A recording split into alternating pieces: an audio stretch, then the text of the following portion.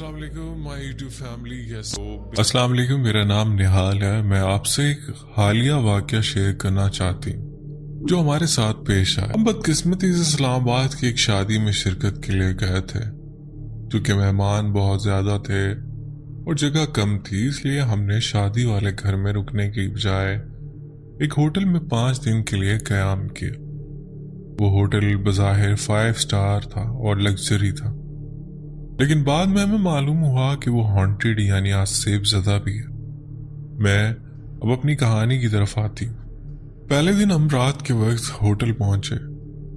ہم سب بہت تھک چکے تھے، اس لیے سیدھے سو گئے. اگلے دن دوپہر 2 بجے ہم شادی والے گھر چلے گئے اور فنکشن میں شرکت کی. پھر رات 1:30 پر واپس ہوٹل آئے. اب یہاں سے کہانی شروع ہوتی ہے جو سب سے پہلے میرے کزن کے ساتھ پیش آئی. ہم سب کزن اپنے کمرے سے کچھ فاصلے پر بنے ایک سٹنگ ایریا میں بیٹھے ہوئے تھے. زیادہ دور نہیں تھے، بس اپنے موبائل فون استعمال کر رہے تھے. میرا کزن عبداللہ، جس کا میں ذکر کر رہی ہوں، وہ واش روم گیا. اس نے آ کر ہمیں بتایا کہ جیسے ہی وہ واش روم میں داخل ہوا، اسے یوں محسوس ہوا جیسے کسی نے اس کے بہت قریب سانس لی ہو، مگر وہ سانس لینے کی آواز عام نہیں تھی، کافی عجیب سی تھی. عبداللہ نے اسے نظر انداز کر دیا. پھر اس کے ساتھ یہ ہوا کہ واش روم کی light bar bar on and of ہونے لگی اور ساتھ ہی دروازے پر مسلسل دستک ہونے لگی جیسے کوئی باہر کھڑا ہو. عبداللہ نے آواز دے کر کہا، صبر کرو، آ رہا ہوں.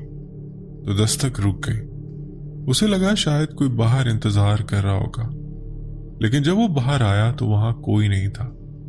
اسے یہ بھی لگا کہ شاید کوئی دستک دے کر باہر چلا گیا ہو. پھر اس نے بتایا کہ وہ اپنا چارجر لینے واپس گیا. تو جیسے ہی وہ عبداللہ چارجر لینے گیا، اچانک سائڈ ٹیبل پر رکھا لیمپ خود بخود آن اینڈ آف ہونے لگا. یہ دیکھ کر وہ بہت گھبرا گیا. پھر جب اس نے کمرے کا دروازہ کھولنے کی کوشش کی تو وہ لاک ہو چکا تھا. یہ سب دیکھ کر اس کی حالت خراب ہونے لگی. اس نے دروازہ زور زور سے پیٹنا شروع کر دیا اور چیخنے لگا کہ دروازہ کھولو، مگر ہم تک اس کی آواز پہنچی ہی نہیں. پھر اس نے ہمیں گروپ کال کی. جب ہم نے کال اٹھائی تو وہ رو رہا تھا. مسلسل یہی کہہ رہا تھا، میرا دروازہ لاک ہو گیا، مجھے یہاں سے نکالو. ہم سب فوراً اس کے کمرے کی طرف دوڑے. جیسے ہی ہم وہاں پہنچے، دروازہ کھولنے کی کوشش کی. عدنان بھائی، وہ دروازہ تو آرام سے کھل گیا جیسے کچھ ہوا ہی نہ ہو. دیکھ کر عبداللہ اور بھی حیران ہو گیا کہ یہ سب کیا ہو رہا ہے. پھر ہم سب واپس سٹنگ ایریا میں بیٹھ گئے. وہ روتے ہوئے ہمیں پوری بات بتانے لگا، لیکن کسی نے اس کی بات پر یقین نہیں کیا. سب نے سمجھا کہ مذاق کر رہا ہے، کیونکہ عدنان بھائی میرا کزن بہت خوش مزاج ہے، باتونی ہے اور کبھی خاموش نہیں رہتا. وہ اکثر پرینک کرتا رہتا ہے، اس لیے کسی نے اسے سنجیدہ نہیں لیا. ہم نے کہا، عبداللہ ایسا مذاق مت کرو، ہمیں سونا بھی ہے. لیکن وہ مسلسل کہتا رہا، میں مذاق نہیں کر رہا، میں سچ بول رہا ہوں. وہ روتے ہوئے بار بار کہتا رہا کہ جو کچھ ہوا وہ حقیقت ہے، مگر کسی نے دھیان نہیں دیا. پھر رات کے 3 بج چکے تھے، فجر کی اذان کا وقت تھا، تو ہم سب اپنے کمروں میں چلے گئے. ہم نے 3 کمرے لیے تھے. ایک کمرے میں مما، خالہ، نانی تھی. دوسرے کمرے میں مرد حضرات تھے. عبداللہ نے ہمیں بتایا کہ اسے ایک کالا سایہ نظر آیا تھا جو بہت خوفناک تھا، لیکن وہ کچھ فاصلے پر تھا. پھر اچانک وہ سایہ غائب ہو گیا. اس نے فوراً اپنے ایک دوست کو فون کر کے یہ بات بتائی. تو اس کے دوست نے پوچھا، کیا تو اکیلا ہے؟ عبداللہ نے کہا، ہاں میں اکیلا ہوں. اس کے دوست نے کہا کہ تو اپنے کزن یا ماما کو یہ بات بتا دے، مگر اس نے اپنی ماما کو نہیں بتایا، بلکہ فوراً ہمارے پاس بھاگتا ہوا ہے. عدنان بھائی، اس کے چہرے کا رنگ بالکل اڑا ہوا تھا، وہ ڈرا ہوا تھا. اس نے آ کر کہا، میرے پاؤں تلے جیسے زمین نکل گئی ہو. یہ بات سن کر ہم سب دھچکے میں آ گئے، ہم سب شوق میں تھے. پھر ہم نے فوراً پاپا اور ماما کو یہ سب بتایا. پاپا کو پہلے یقین نہیں آیا، تو ہماری ماما نے صبح والی عجیب سی خوشبو کے بارے میں بھی بتایا جو کسی غیر معمولی چیز کے اشارہ کر رہی تھی.